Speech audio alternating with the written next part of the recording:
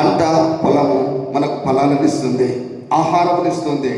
ఒక ఎద్దులాగా పరిచయం చేయడానికి ధర్మశాస్త్రంలో 10 ఆజ్ఞలో ఒక ఎద్దును దేవుడు పెట్టాడు, ఒక గాడిదను పెట్టాడు. ఎద్దు కష్ట జీవితానికి సాదృశ్యంగా ఉంది, గాడిద ప్రతిఫలము ఆశించకుండా పరిచయం చేస్తుంది. ఈ రెండింటి పరిచయాలు మన జీవితంలో ఉండాలి. ఎద్దులాగా కష్టపడాలి. ఈ మీటింగ్ ఎవరితోనే మాకెందుకు, నేను ఎందుకు పంపించాలి, నేను ఎందుకు వెళ్ళాలి, నేను ఎందుకు మోటివేట్ చేయాలి, నేను ఎందుకు అనేక మందిని తీసుకొని రావాలి, సమరయలు ఎలా పోతే నాకెందుకు, నా జీవితం మారింది చాలు. చదవండి మాట 24:28 వచ్చిన. ఆ స్త్రీ తన కుండ విడిచిపెట్టి ఊరిలోనికి వెళ్ళి యేసయ్య ఒక చోట ఉన్నాడు. ప్రభువు చెప్పలే. ఇర్మీయా గ్రంథమును మనం చదువుకుంటే నోరు పోయి వాక్యం చెప్పొద్దు, చెప్పామంటే పెదవులు కొడతాం, దెబ్బలు కొడతాం, తన్నులు తింటావు, ఇబ్బందుల పాలవుతావు, అవమానం చేస్తాం, చంపేస్తాం అంటే కూడా ఇర్మీయా అంటాడు నేను చెప్పకుండా ఉండలేను అంటాడు. నేను చెప్పకుండా ఉండలేనయ్యా, మీరు ఏమన్నా చేయండి, నేను చెప్పకుండా ఉండలేను. ఊరిలోనికి వెళ్ళింది. నా జనులు, నా ప్రజలు అంటరాని వాళ్ళుగా ఉన్నారు. సమరయులంటే అసహించుకుంటూ ఉన్నారు. వారి జీవితాల్లో వెలుగు చూడగలిగిన యేసుక్రీస్తు నన్ను ఎంచుకున్నాడు. నన్ను ఎంచుకోవడమే గొప్ప సంగతి. నేను కాముగా ఉండేలా అని చెప్పేసి వెంటనే ఊరిలోనికి వెళ్ళిందట. ఆ పని చేయాలి మనం. ఒక చోట మీటింగ్స్ జరుగుతున్నాయి. ఈ రోజుల్లో మీటింగ్స్లో ఆయా స్థలాలలో చర్చ్ ప్రతిష్టలు, చర్చ్ డేలు, women's meeting, youth meetings, pastors meeting, ఈ మధ్యన ఎల్ఎర్స్ మీటింగ్ జరుగుతూ ఉంటాయి. ఏవి జరిగినా కూడా ఆధ్యాత్మిక జీవిత యాత్రలో విశ్వాసులందరూ పర్వత శిఖరంగా మార్చబడడానికి ఒక సేవకుడు తాపత్రయపడుతూ ఉంటాడు. ఊరిలోనికి వెళ్ళి ఏం చెప్తుందంటే, అయ్యా నేను చేసినవన్నీ నాతో చెప్పిన వాడిని వచ్చి చూడండి. ఆ పరిచర్యని మనకిచ్చింది దేవుడు. అనేక మందికి చెప్పి, అనేక మందికి మోటివేషన్ చెప్పి, ఆమె మాట ఎవరింటారు? ఈ రోజుల్లో ఒకరు మీటింగ్ పెట్టి ఇంకొకరు రాము, ఒకరు పెట్టారు ఇంకొకరికి రాము, లేకపోతే మీరు వెళ్ళొద్దు అండి. కండిషన్స్ ఉంటాయి. ఒక జీవితాన్ని మార్చగలిగిన వ్యక్తి ఎవరు అంటే కేవలం ఒక దైవజనుడు మాత్రమే. గాలికి ఏ విధంగా అయితే కులం ఉండదో, మతం ఉండదో, నీళ్లకు ఏ విధంగా అయితే మతము కులం ఉండదో, క్రైస్తవుడు దైవజనుడితో ఏ విధమైన భేదాలు లేని జీవితం ఎవరిదంటే ఒక దైవజనుడిదే. అందరు చెప్తూ ఉంటారు, బిల్లీ గ్రామం గురించి గొప్పగా చెప్తూ ఉంటారు.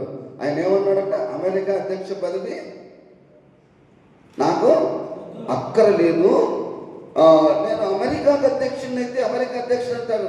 కానీ ఇప్పుడు ఎవరు తెలుసా? భూమిని ఆకాశమును సృష్టించిన దేవుని అంత గొప్ప ఆధిక్యత.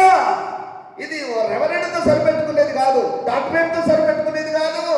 ఆత్మలను దేవుని దగ్గరకు నడిపించగలిగినటువంటి స్థితి మనది. ఆత్మలను ఊర్లోకి వెళ్ళింది. ఒకరిని తీసుకొచ్చిందా? ఇద్దరిని తీసుకొచ్చిందా? ముగ్గురిని తీసుకొచ్చిందా? 5 మందా 10 మందా? ఎంతమందిని తెచ్చిందని?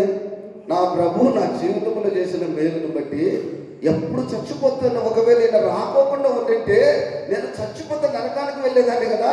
ఇంత గొప్ప మేలు చేసిన ప్రభు కోసము ఆయన తాపత్రయము, ఆయన ఆకలి, ఆయన దాహము, ఆయన వేదన, ఆయన ప్రయాస, ఆయన వచ్చిన ఉద్దేశాన్ని వెంటనే ఒక్క క్షణంలో గమనించింది.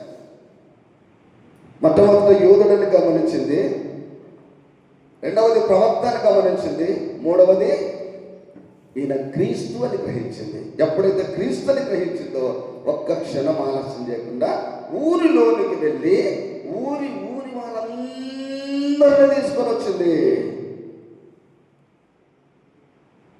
ఈ పరిచర్యని దేవుడు మనకిచ్చాడు. ఈ పరిచర్యని ఆత్మలను దేవుని దగ్గరకు నడిపించడానికి, ప్రభువు దగ్గరకు తీసుకొని రావడానికి. నేను హెబ్రీ 12 అధ్యాయం చెప్పాను. పౌలు పేరు ఎందుకు లేదు అక్కడ అని. అంటాడు చూడండి, ఇంత గొప్ప సాక్ష్య సమూహము మేఘము వలె ఆవరించి ఉన్నందున మనము కూడా సులువుగా చుక్కలు పెట్టు పాపమును ప్రతి భారమును విడిచిపెట్టి విశ్వాసమునకు కర్తయు దానిని కొనసాగించువాడనైనా యేసు వైపు, యేసును చూపించిన లక్ష్యం, ప్రభువును మహిమపరచుట ఆయన లక్ష్యం.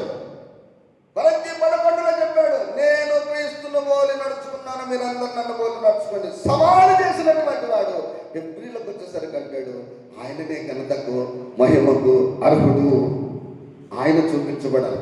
ఎక్కడైనా సరే సేవకుడు పేరు ఎంతగా వినబడుతుందంటే దేవుడు మరుగైనట్టు లెక్క. ఎక్కడైతే ప్రభు మహిమపరచబడుతూ ఉంటాడో అక్కడ మనకు మరుగుతరం ఉంటుంది. ఖచ్చితంగా మనము మరుగవాలి, ప్రభు ప్రత్యక్షపరచబడాలి. ఆమె అంటుంది రండి అన్న అంటేనే ఊరోళ్ళంతా వచ్చిన. బాగా గమనించండి ప్రభునందు ప్రియులారా, సేవకులు మనమందరం కూడా ఒక్కొక్కరు ఒక స్థానాల్లో ఘనంగా వాడబడుతూ ఉన్నారు. నేను చూస్తూ ఉంటాను ఫేస్బుక్లో కానీ యూట్యూబ్లో కానీ ఆయా మందిరాల్లో కానీ ఒక్కొక్కరికి ఒక్కొక్క తలాంతి ఇచ్చాడు దేవుడు. పాటతో దేవుడిని ఆరాధించగలుగుట, వాక్యము వివరించి చెప్పగలుగుట, 10 మందిని తీసుకొని రాగలుగుట, ఒక్కొక్కటి ఒక తలాంతి. ఇప్పుడు జరుగుతుంది ఎస్టీబీసీ కాలేజీలో మీటింగ్. దైవజనులు దూర ప్రాంతంలో చూస్తూ ఉన్నారు. ఎక్కువ పబ్లిసిటీ కూడా లేదు. దైవజనుల ప్రాంతంలో దైవజనుల సహకారం కావాలని మీటింగ్ కార్యక్రమం ప్రత్యేకంగా రాజేష్ ఏర్పాటు చేశాడు. దైవజనుల ప్రాంతంలో సహకారం ఉండాలన్న ఉద్దేశం చేత కేవలం రాజేశే ఒక్క పాస్టర్. అందుకనే మనం ఏలియాల గురించి చదువుకున్నాం యాకోబుల కదా. ఏలియా మన వంటి